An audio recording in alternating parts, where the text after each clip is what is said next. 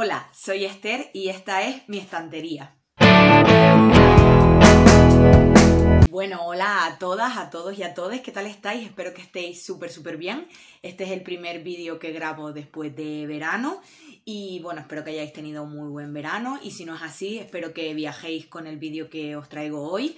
Hoy os traigo el segundo vídeo de la saga de La Vuelta al Mundo en 80 libros. Os voy a dejar por ahí el primer vídeo que hice en el que visitamos países como México, el Sáhara, Singapur, Francia, Nigeria, Polonia, España, China, Estados Unidos y Corea, nada menos.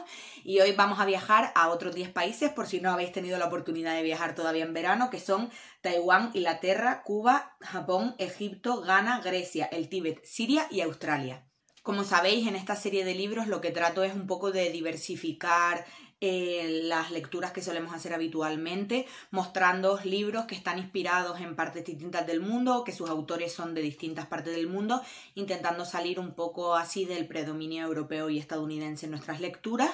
No solo porque la diversidad es un valor en sí mismo, sino porque también considero que nos nutre muchísimo más y que es mucho más interesante porque al final muchos libros, por ejemplo, estadounidenses de ciencia ficción, pues acaban repitiendo los mismos tropos, las mismas ideas y creo que esta diversidad cultural también ayuda a la variedad de las historias, además de valorar la diversidad en sí misma, que es importante porque existe un sesgo respecto a las lecturas de la mayoría de nosotros y nosotras. Así que si os interesa esta vuelta al mundo, quedaros a ver el vídeo. Y antes que nada, no me quiero olvidar, ha habido gente que se ha unido a la iniciativa de la Vuelta al Mundo en 80 libros y han hecho sus propias versiones de este tag, podríamos decir, de este vídeo. Os las voy a dejar todas en la cajita de descripción. Si se me ha olvidado alguien y veis este vídeo y os dais cuenta, escribidme y lo añado enseguida a la caja de descripción. Y si alguien más quiere hacer este vídeo mostrando libros de distintos sitios del mundo que nos ayuden a viajar, pues por mí estupendo. Se me ha ido la luz, pero bueno, no pasa nada. Por un momento se me fue la luz del foco, pero ya ha vuelto.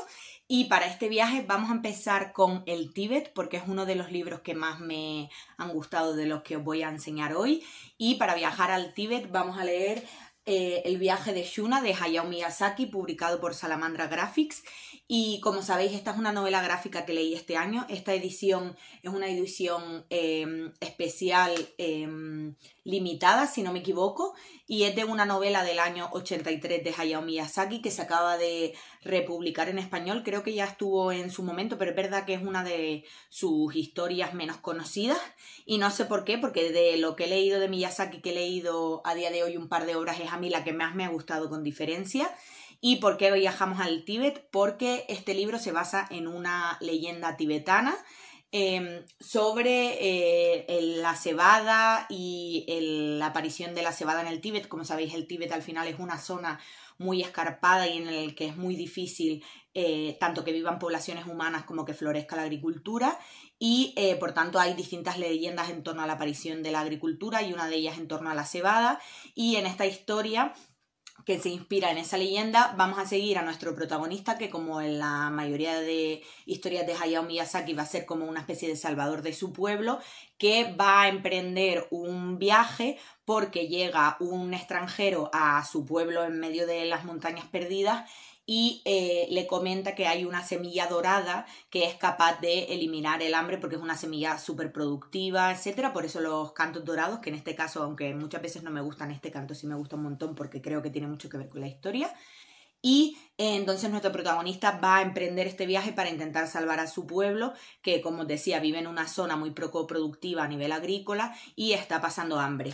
Por ello nuestro protagonista va a buscar esta semilla dorada y se va a encontrar con un mundo que tiene bastantes toques de fantasía, que tiene esta reflexión política de Miyazaki, sobre todo a nivel medioambiental, y la verdad es que es un libro genial, por no hablar del punto fuerte, que no lo he dicho, que es una historia ilustrada. No se considera un manga porque es verdad que no tiene diálogo, es todo como descripción.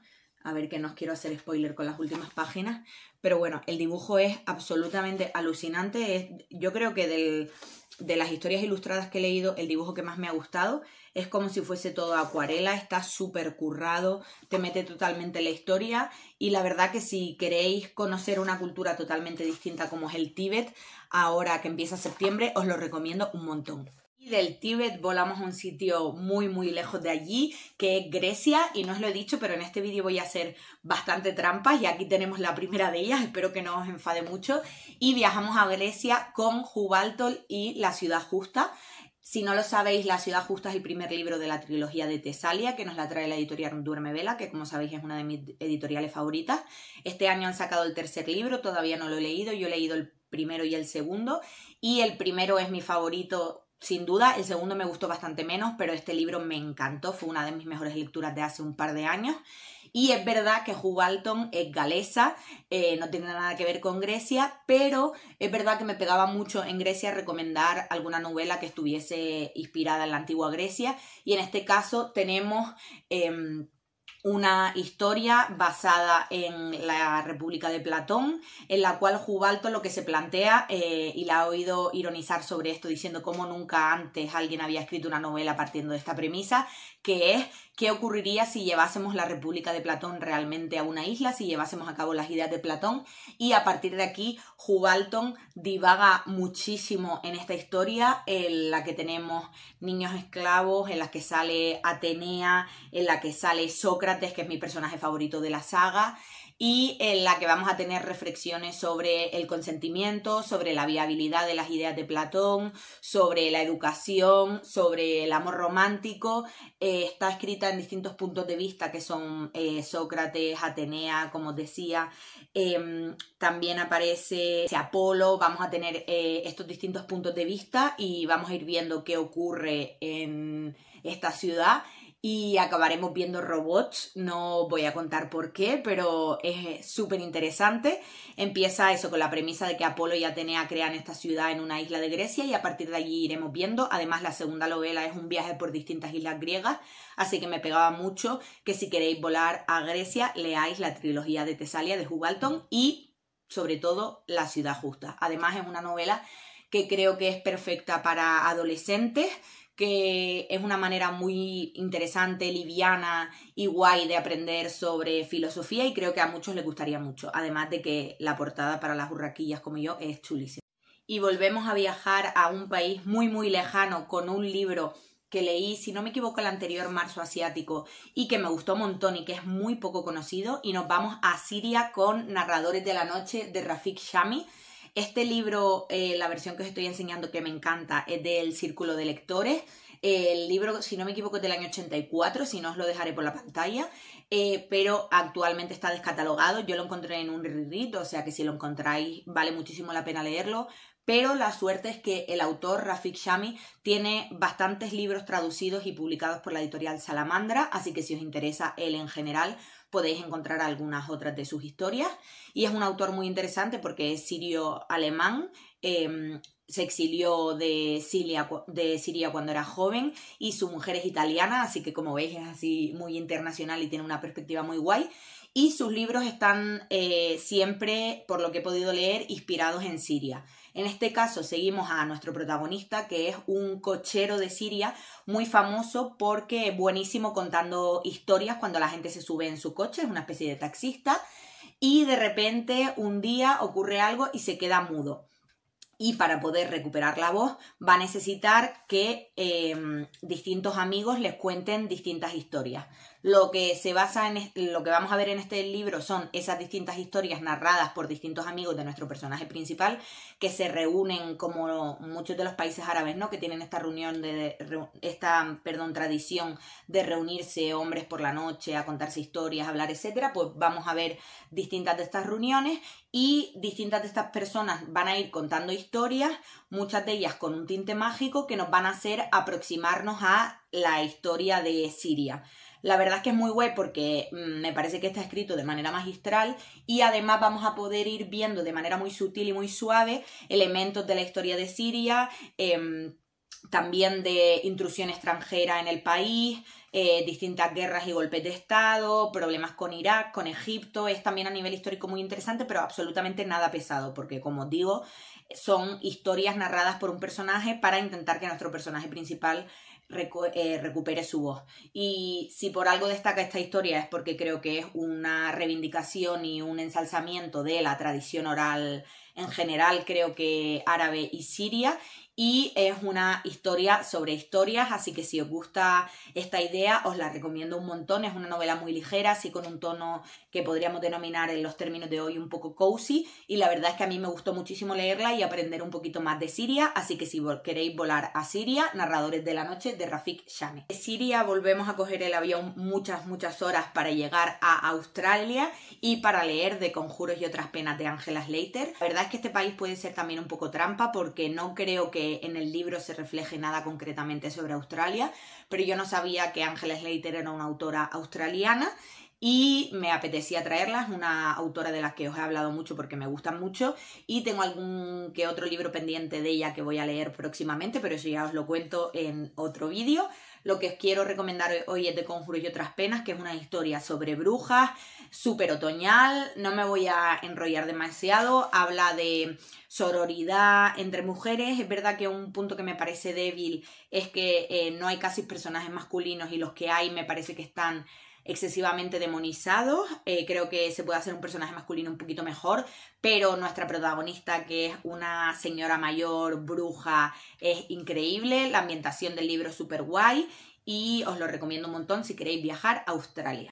Y de repente hemos aparecido en Japón con los tomos de manga que estoy leyendo este año y que sabéis que son Atelier of a Witch Hat, que son unos tomos de manga de unas niñas que son brujas y que creo que sirven perfectamente para eludir a una saga que le gustaba a mucha gente durante la infancia, pero que su autora es muy mala persona y no la debemos leer. Así que si os gustaban esa saga, hoy os recomiendo que leáis Atelier of a Witch Hat. Me he acordado de él porque ha salido hace pocos días el tomo 14. Yo he leído 4 o 5. Es un grupo de manga que yo catalogaría, por lo menos por ahora, de infantil juvenil. Son un grupo de brujitas que van a aprender poco a poco a hacerse magas. Vamos a ver un poco este mundo. Es verdad que hay un pequeño elemento un poquito oscuro que a mí me gustaría que se desarrollase más porque es lo que más me llama la atención de la historia, que hay una secta por ahí de brujería.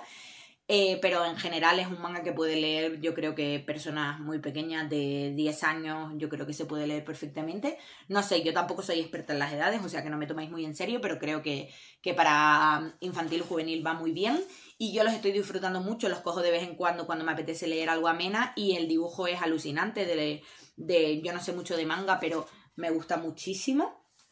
Y si os apetece viajar a Japón, pues nada mejor que un manga, y Atelier of Witch Hat es una gran recomendación. Y de Asia a Europa y aparecemos en Inglaterra con mi libro favorito de Inglaterra. Ya sabéis que soy muy fan de esta autora y no puedo poner otro libro, aunque ella no sea inglesa, pero os estoy hablando de Babel, de R.F. Kuang. Además aquí podemos hacer un viaje no solo a otro país, sino también en el tiempo, para irnos a Oxford del 19 y seguir una historia que nos habla de colonialismo e imperialismo con un toque de magia basado en las palabras en el Real Instituto de Traducción de Oxford. Una ucronía genial en la que seguimos a un grupo de amigos que se reúnen en este instituto de magia a estudiar. Tiene relación con Atelier of Witch Hat que os hablaba antes.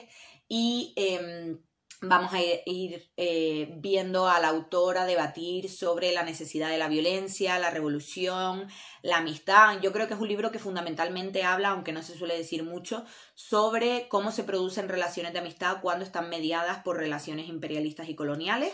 Pero bueno, puede ser un libro que hable también de muchas otras cosas, pero yo creo que este es el tema principal y que se dice poco, y no voy a hablar más de él porque os he hablado 1000 veces y además tenéis reseña de él concretamente en el canal, que os la dejo por ahí. Y nos vamos de Europa, que al final es de lo que más solemos leer, y nos vamos a otra de las pequeñas trampillas que voy a hacer, porque nos vamos a ir a Ghana, pero con un autor que sus padres eran de Ghana y él es medio de Ghana, medio estadounidense, y os estoy hablando de uno de mis autores favoritos. Si me conocéis de verdad, sabéis que Los Desposeídos y este libro son de los que yo creo que más me definen en el canal, y es La Liga de los Presos, de Nana Kawame Adjei-Brenyah, que sí, soy muy pesada con este libro, pero es que casi nadie lo lee, o sea, seguidores que tengo aquí, de verdad, os gusta ver mis vídeos y ¿por qué no os leéis este libro? O sea, es lo mejor, lo he dicho 1000 veces, mi mejor lectura de 2024 y tengo muchísimas ganas de comentarla con gente, así que hacedme el favor y leedlo. ¿Por qué cojo a este autor y a este libro, pero concretamente a su autor, para representar a Ghana? Como sabéis, nos llegan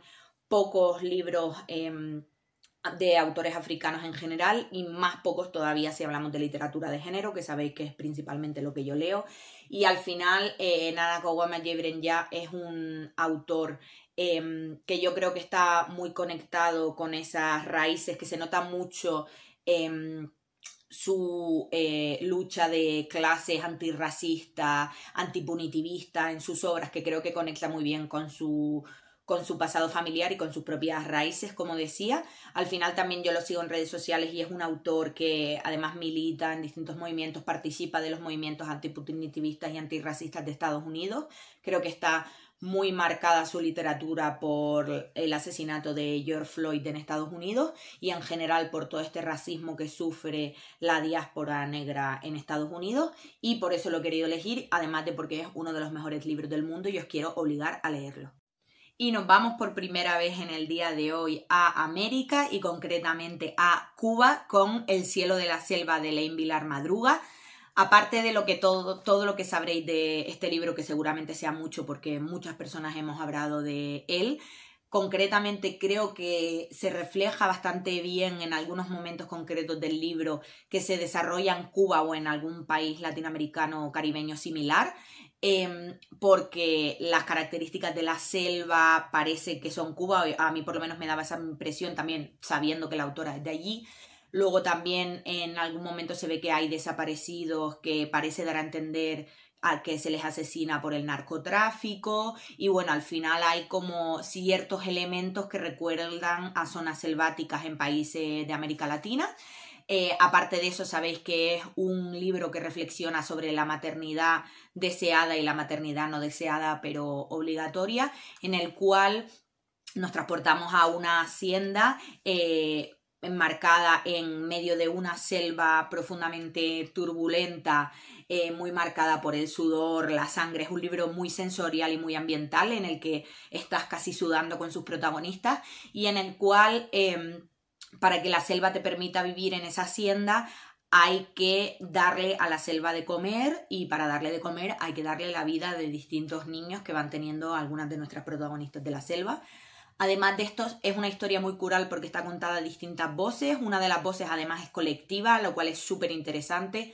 Todos los puntos de vista están muy bien hechos y es una historia de terror caribeño, dura si vais a entrar. A mí no me resultó especialmente dura a nivel personal leerla, no me angustié tantísimo como con otras historias, pero es verdad que en sí misma es angustiosa, así que cuidado si la leéis, pero es un viaje perfecto para volar a Cuba. Y volvemos a trasladarnos a otro lugar, y en este caso Egipto, y es que a quien no le gusta un Egipto steampunk con P. Delley Clark y El Señor de los Jinn.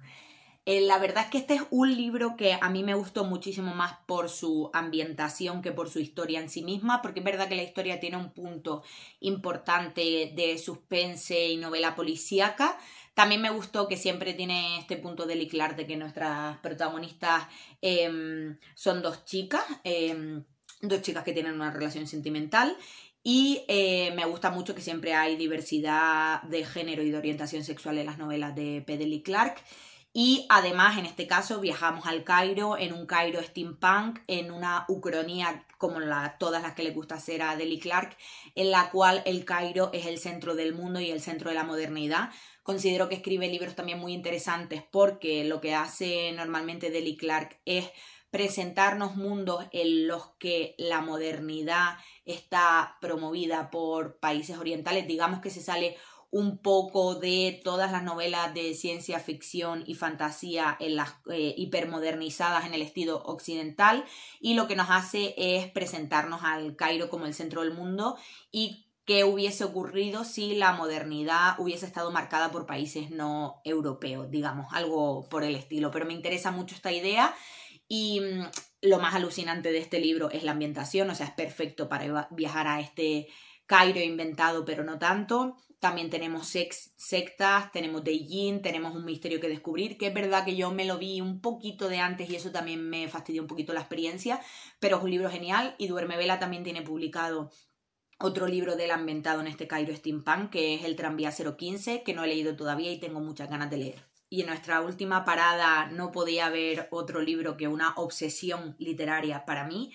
nos vamos a Taiwán y nos vamos a Taiwán con Membranas de Chita Wei, una novela que se publicó en los 90 pero que no habíamos tenido en nuestro país y que gracias ahora la tenemos porque la trae la editorial de Gales y la traducción de Alberto Posa. Sabéis que yo tengo mi libro firmado por el autor que le conocí en la Feria del Libro y este libro es una absoluta barbaridad. Si queréis leer un libro en el que no sabéis qué va a pasar, os lo recomiendo muchísimo. Es una historia ambientada en el fondo del mar, en la cual el desastre ecológico producido por el ser humano ha hecho que las sociedades tengan que vivir debajo del agua. Y en este contexto, más que centrarse en toda esta cuestión ambiental y contextual, vamos a seguir a nuestra protagonista, que se llama Momo, que es una dermatóloga. Y vamos a ver cómo se siente ella. Es una novela muy intimista, como os podéis imaginar, la dermatología en un mundo en el que la gente vive bajo el agua para que no le den los rayos del sol al habernos cargado la atmósfera es muy importante.